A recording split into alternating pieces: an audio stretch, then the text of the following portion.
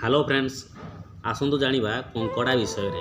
तो यह हूँ मो अजांकर मुखश्रुतवाणी। दी जन अभागा पितामाता थिले, जहाँकि तांकर संतान संतति किछि नथिला। तो सही बुढ़ा बुढ़ी दी जन बहुत दुखरे से माने चलुथिले। तांको गाँर किछि लोक गोटाए दिन माछ मारिबा को गले नदी को। तो जेतेबेले माछ मारिया गले बुढ़ाटी ता बुढ़ी को पठेला, कहला जाऊनु तू भी दीटा माछ मारिकी आनिबू आमे खाइबा। आ गोटे काम करिबू, समस्ते तलपटे माछ माइला बेले तू ऊपर गोटे माछ मारिबू। बुढ़ी को कहिछि बुढ़ा, समस्ते तलपटे माछ माइला बेले तू ऊपर गोटे मारिबू। बुढ़ी स्वामी कथा तो अवज्ञा करि पारिबनी, ता कथा को विश्वास करी गला नदी को। देखिला गाँव रे लोग जेते लोक सबु जाई नदी तटरे माछ मारुचंती। तो नदी धार को पत्थर एवं कादुओ दे ताकू छेकी देइचंती, अटके देइचंती पानी को एवं तलपटे माछ मारुचंती। जेतेबेले समस्ते तले माछ मारुचंती, से जेउठी पत्थर धाड़ी करी कादुओ लगेगी बंध बांधिकी जो पानी को अटकेकी माछ मारुचंती, से सामना से जाइकी पत्थर गुड़ाक जाइकी आड़ौला बा उठे उठे देखुला जे माछ ए पत्थर तले अच्छी ना से कादो भितर अच्छी ना से पानी भितर अच्छी, से चेकिंग करुला। सही समय गोटे कंकड़ा से बुढ़ी हाबुड़े पड़ा। तो कंकड़ाटी जिते बुढ़ी हाबुड़े पड़ा, बुढ़ी कौन कला कंकड़ा को धरला, तापर सीधा डायरेक्टली घर को पलि आसला। घर को जिते पलि आसला, बुढ़ा तार कौन गोटे कम पड़ी कहला आउ कंकड़ाटा को मुझे जीवंता धरिकी पलि आसली, ता गोड़ हाथ तो भांगिनी, गोड़ हाथ भांगिले जे भजाभुजी करी कि पोड़ापोड़ी करी, आसिले स्वामी स्त्री दिजन खाइबू। जेतेबेले बुढ़ी से कंकड़ा को तार गोड़ को भांगिया चेष्टा कला, कंकड़ा हठात कि कथा कहला माँ माँ माँ मोर गोड़ हाथ भांगनी, मु तुमको दिना ना दिने पोषिबी पालिबी एवं तुमर पुओ ही रही आउ भल कर्म करी। बुढ़ीटी चमुकी जाई चिंतार पड़गला, कहला मु जो कंकड़ा को आनी खावाई आज से कंकड़ा कथा कहूँ, मु तो किसी बुझीपारुनी। और ठीक अच्छे मो स्वामी आसतु खाइबू ना या पुणी नहीं नदी में छाड़देबू, तापर डिसाइड हम। तो बुढ़ा आसला घर को। जो बुढ़ा आसला घर को कहला बुढ़ी आउ स्वामी कंकड़ाटी कथा कहूँ कौन करवा। तापर बुढ़ा जाकि जितेबाला पुणी सी कहला हो ठीक अच्छे मुझे गोड़ हाथ भांगी देखे। बुढ़ा जाकि जिते गोड़ हाथ भांगी देखला, कंकड़ाटी पुणी कहला बापा बापा बापा मोर गोड़ हाथ भांगना, मु तुमर देखा चाह करी, तुमर भल मंद दायित्व सब मु नेबी, तुमर पुओ हो रही। स्वामी स्त्री एभली दृश्य को देखी चिंतार पड़गले एवं कहले जहाँ भी हो आज पर्यंत मो जीवन रे केबे भी कंकड़ा कथा कहबार मु जानी।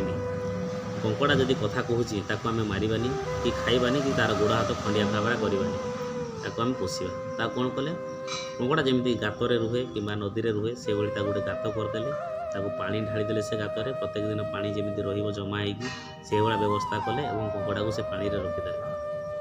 प्रत्येक दिन ताको जमी मनीष को खाइबा दि जाए, सेमती किसी ना कि भात कि जो कौन जिनस खाइबा दि जाए।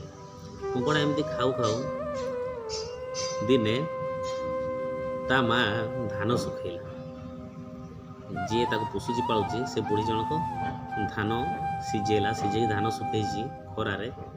तो कौन कला ना बुढ़ी आ बुढ़ा कहले पुअरे तू टे तू तो कथा कही पारुचु, तू टे देखुथुबु कहार कुकुड़ा कि कहार छेड़ी जदि आम धान फान खाए तो आमको डाकिदेबू, आम टे बाड़ी पछआड़े काम करुचु। सेतेबेले जाई बाड़ी पछपटे काम कर स्वामी स्त्री। सही समय सही राज्यर राजांकर गोटे खासु बा गोटे छेड़ी जैसे आम खासी बा मटन बोली कहे, से खासी आसिकी से बुढ़ीर धान खाइबा को लगे। खाइबा को जिते लगिला कंकड़ाटी एमती सेमती कंकड़ा नथिला, से जेहेतु कथा कही पारुथला, से गोटे मायावी कंकड़ा थिला। सी ता पाखरे दिव्य शक्ति थिला, जहा फल से खासीटी को खंड खंड करदेला एवं से खासी को नहीं क्यों गछ उपरे गोटाए गोड़, क्यों कादुओ भितर गोटाए मुंड, क्यों माटी उपरे कुटा, एमती सब नहीं जंगल रे सब रखीदेला। बापा माँ को किसी जनईनी कंकड़ा रखीदे पलि आसला। 2 ଦିନ ଗଲା ଖୋଜାଖୋଜି କଲେ, ରାଜାଙ୍କର ଆଉ ଖାସି ମିଳିଲା ନାହିଁ। ଯେତେବେଳେ ମିଳିଲା ନାହିଁ, ରାଜା ଅର୍ଡ଼ର ଦେଲେ ମନ୍ତ୍ରୀକୁ, ଯାଅ ଆଉ ପ୍ରତ୍ୟେକ ଘର ଘର ଲୋକଙ୍କୁ ଜଣ ଜଣକା ଡାକ, ଆଉ ରାଜାଙ୍କର ଖାସି ଖୋଜିବାକୁ ଯିବା। ଜଙ୍ଗଲ ଆଡ଼େ ପଳେଇଛି ନା କୁଆଡ଼େ ପଳେଇଛି, ରାଜା ଅର୍ଡ଼ର ଦେଲେ। ତ ମନ୍ତ୍ରୀ ଗଲେ, ସବୁ ରାଜ୍ୟ ସାରା ଲୋକଙ୍କୁ ଡକେଇଲେ, ଘର ପିଛା ଜଣେ ଜଣେ, ଏବଂ ସବୁଆଡ଼େ ଖୋଜାଖୋଜି ଆରମ୍ଭ କଲେ ଖାସି କେଉଁଠି ଅଛି। ତ ସେହି ଭିତରେ ଯେତେବେଳେ ପ୍ରସ୍ତାବ ଆସିଲା ସେଇ ବୁଢ଼ୀଙ୍କର ଘରକୁ, ବୁଢ଼ୀର ଦେହ ଟିକେ ଭଲ ଲାଗୁନଥିଲା। ବୁଢ଼ା ତାହାର କେମିତି ଭଲ କରିବା ପାଇଁ ମେଡ଼ିସିନ ପତ୍ର ଦରକାର, ସେ ଜଙ୍ଗଲକୁ, ସେତେବେଳେ ତ ଏମିତି ଆମର ମେଡ଼ିକାଲ ସୁବିଧା ନଥିଲା, ଚେରମୂଳିର ସୁବିଧା ଥିଲା। ତ ଚେରମୂଳି ଖୋଜିବା ପାଇଁ ଜଙ୍ଗଲକୁ ପଳେଇଛି ବୁଢ଼ା। ଆଉ ରାଜାଙ୍କ ଆଦେଶ ଅନୁସାରେ ଯିବାକୁ ପଡ଼ିବ ନିହାତି ଖାସି ଖୋଜିବାକୁ। ତ କ'ଣ କଲା ନା କଙ୍କଡ଼ା କହିଲା, ମା ଆମ ଘର ହିସାବରେ ମୁଁ ତ ଜଣେ ପୁଅ, ତୁମର ପୁଅ, ତ ମୁଁ ଯିବି ରାଜାଙ୍କର ଖାସି ଖୋଜିବା ପାଇଁ। ଏବଂ କଙ୍କଡ଼ା ମଧ୍ୟ ସେହି ଲୋକଙ୍କ ସାଙ୍ଗରେ ଖାସି ଖୋଜିବା ପାଇଁ ଜଙ୍ଗଲକୁ ଗଲା। ଆଉ ଜଙ୍ଗଲକୁ, ଯେଉଁ ଜଙ୍ଗଲକୁ ଗଲେ ସେଇ ଜଙ୍ଗଲରେ ହିଁ କଙ୍କଡ଼ା ସେଇ ଖାସିର ଗୋଡ଼, ମୁଣ୍ଡ, ଫୁଟା ସବୁ ଅଲଗା ଅଲଗା ସବୁ ଜାଗାରେ ରଖିଛି। ଲୋକଙ୍କୁ କୁହେ, ହେ ହେ ଭାଇ ଦେଖ, ସେ ଡାଳ ଉପରେ ଅଛି ଗୋଡ଼ଟେ। ଦେଖନ୍ତି ଲୋକମାନେ ସବୁ ଡାଳ ଉପରେ ଗୋଟେ ଗୋଡ଼ ଅଛି। ଏ ଭାଇ ଦେଖ, ସେ ମାଟି ଉପରେ ଗୋଟେ ମୁଣ୍ଡ ଅଛି। ଦେଖନ୍ତି ଲୋକମାନେ, ହଁ କଙ୍କଡ଼ା ଠିକ୍ ଦେଖିପାରୁଛି। ଆମେ ସଳା ଚାଲି ଚାଲି ଉପରେ ଥାଇକି ଡେଙ୍ଗା ଲୋକ ହେଇକି ଆମେ ଦେଖିପାରୁନୁ, ଗୋଟେ କଙ୍କଡ଼ା ରଙ୍ଗି ରଙ୍ଗି କେମିତି ଦେଖିପାରୁଛି। କିନ୍ତୁ କେହି ବି କଙ୍କଡ଼ା କଥା କହୁଛି ବୋଲି ସେ କଥାକୁ ସେତେବେଳେ ଧ୍ୟାନରେ ନଥିଲେ, କାରଣ ଲୋକମାନେ ରାଜାଙ୍କର ଆଦେଶ ଅନୁସାରେ ବ୍ୟସ୍ତତା ଥିଲେ। କଙ୍କଡ଼ା କଥା କହିପାରୁଛି, ସେ କେମିତିଆ କଙ୍କଡ଼ା କେହି ପ୍ରଶ୍ନ କରିନଥିଲେ। କଙ୍କଡ଼ା ତା'ର କାର୍ଯ୍ୟ କରିସାରି ଦେଖେଇଦେଲା, ସିଏ ତ ନିଜେ ମାରିଛି ନା, ନିଜେ ମାରିକି ନିଜେ ଯେଉଁଠି ପାରି ସେଇଠି ରଖିଦେଇଛି। ତେଣୁକରି ସିଏ ନିଜେ ସବୁ ବତେଇ ଦେଲା। ସମସ୍ତେ ଧରିକି ଗୋଡ଼ ମୁଣ୍ଡ ପଳେଇଲେ ରାଜାଙ୍କ ପାଖକୁ, କଙ୍କଡ଼ା ଘରକୁ ପଳେଇ ଆସିଲେ। ଯେତେବେଳେ କଙ୍କଡ଼ାର କଥା ରାଜା ଆଗରେ ପ୍ରକାଶ କରାଗଲା, ରାଜା ଖୁସି ହେଇଗଲେ ଏବଂ କଙ୍କଡ଼ାକୁ ଡାକିଲେ। କଙ୍କଡ଼ାକୁ ଯେତେବେଳେ ଡାକିଲେ, ଆଉ ତୁ କେମିତି କହିପାରୁଛୁ କଥା, ସେତେବେଳେ କଙ୍କଡ଼ା କହିଥିଲା କି ମୁଁ କହିପାରୁଛି ମାନେ ଆପଣ ଜାଣିପାରୁଥିବେ ମୋ ପାଖରେ କିଛି ଶକ୍ତି ଅଛି, ମୋ ପାଖରେ ଦିବ୍ୟ ଶକ୍ତି ଅଛି, ଯାହାଫଳରେ ମୁଁ ନିଜେ କହିପାରୁଛି ଏବଂ ସବୁ ବୁଝିପାରୁଛି, ମଣିଷ ଭଳି ଆଚରଣ ବିଚରଣ, କାମ ଧନ୍ଦା ସବୁ କିଛି କରିପାରୁଛି। ରାଜା ଖୁସି ହୋଇ କଙ୍କଡ଼ାକୁ ଉପହାର ଦେଲେ ଏବଂ ଉପହାର ଦେବା ଫଳରେ କଙ୍କଡ଼ାଟି ଘରକୁ ଆସିଲା। ଘରକୁ ଆସି ବାପା ମାଆକୁ ଦେଖେଇଲା, ବାପା ମା ଦେଖନ୍ତୁ ମୋତେ ରାଜା ଉପହାର ଦେଇଛନ୍ତି। କିଛି ଦିନ ଗଲା, ତାଙ୍କ ବାପା ମାଆଙ୍କର ଯେଉଁ ଜମି ସବୁ ଧାନ ରୁଆ ହେଇଥିଲା, ଧାନ କାଟିବା ପାଇଁ ଗଲା। ଧାନ କାଟିବା ପାଇଁ ଯେତେବେଳେ ଗଲା, ସେତେବେଳେ କଙ୍କଡ଼ା ଏକୁଟିଆ ଗଲା। ମା ଆଉ ବାପା ତୁମେ ଘରେ ରୁହ, ତୁମେ ତ ବୁଢ଼ା ବୁଢ଼ୀ ହେଇଗଲଣି, ମୁଁ ଯାଉଛି ଧାନ କାଟିବା। କଙ୍କଡ଼ା ଯାଇ ସବୁ ଧାନ କାଟିକି ଆଣିଲା। ଏହି କଥାକୁ ଦେଖି ବାପା ମା ବହୁତ ଆଶ୍ଚର୍ଯ୍ୟ ହୋଇଯାଆନ୍ତି। କେତେବେଳେ ସେ ଧାନ ଆଣେ, କେତେବେଳେ ଯାଇ ଧାନ କାଟେ, ସେମାନେ ବି ଚିନ୍ତା କରିପାରନ୍ତିନି। କଥା କହିପାରୁଛି ବୋଲି ଆମେ ଜାଣୁ, କିନ୍ତୁ କାମ କରିପାରୁଛି ବୋଲି ଆମେ ଜାଣିପାରୁନି। ତ ସେହି କଥାକୁ ନେଇ ବାପା ମା କହିଲେ, ପୁଅରେ ଆଜି ତୁ ଗୋଟେ ସତ କଥା କହିବୁ, ପ୍ରକୃତରେ ତୁ କିଏ? ଗୋଟେ କଙ୍କଡ଼ା, ଏମିତି ସାଧାରଣ କଙ୍କଡ଼ା, କଥା କହିପାରିଲେ ମଧ୍ୟ ଏତେ କାମ କରିପାରିବନି। ମୋ ମୁଣ୍ଡ ଛୁଇଁ କହ ତୁ କିଏ? ସେହି ସମୟରେ କଙ୍କଡ଼ାଟି ମୁଣ୍ଡ ଛୁଇଁ କହିଲା, ବାପା ମୁଁ ଆଉ କେହି ନୁହଁ। ଗତ ଜନ୍ମରେ ତମେ ଯେଉଁ ପୁଅ ଜନ୍ମ ହଉ ହଉ ମରିଯାଇଥିଲେ ଏବଂ ସେହି ପୁଅ ମୁଁ ମଧ୍ୟ ଏହି ଜନ୍ମରେ ଜନ୍ମ ହୋଇଛି ଏବଂ ମୋ ପାଖରେ ଦିବ୍ୟ ଶକ୍ତି ଥିବାରୁ ମୁଁ ନିଜେ କଥା କହିପାରୁଛି ଆଉ ସବୁ କାର୍ଯ୍ୟ କରିପାରୁଛି, କାରଣ ସବୁ ସମୟରେ ମୁଁ ନିଜର ରୂପ ମଧ୍ୟ ବଦଳାଇ ଦେଇପାରେ। ଏ କଥା ଜାଣି ବାପା ମା 2 ଜନ୍ମ ପରେ ବି ପୁତ୍ର ସନ୍ତାନ ପାଇବାର ସୁଖ ପାଇନଥିଲେ।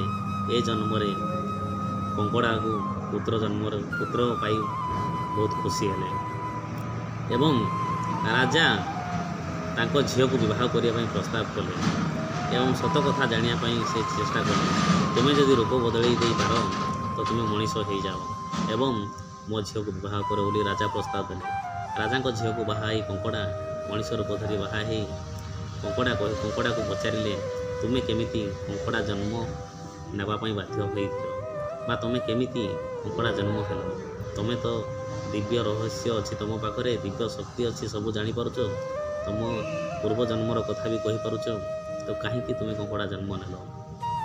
ସେ କହିଥିଲେ ନା ପ୍ରଥମ ଜନ୍ମରେ ମୋତେ ବାପା ମା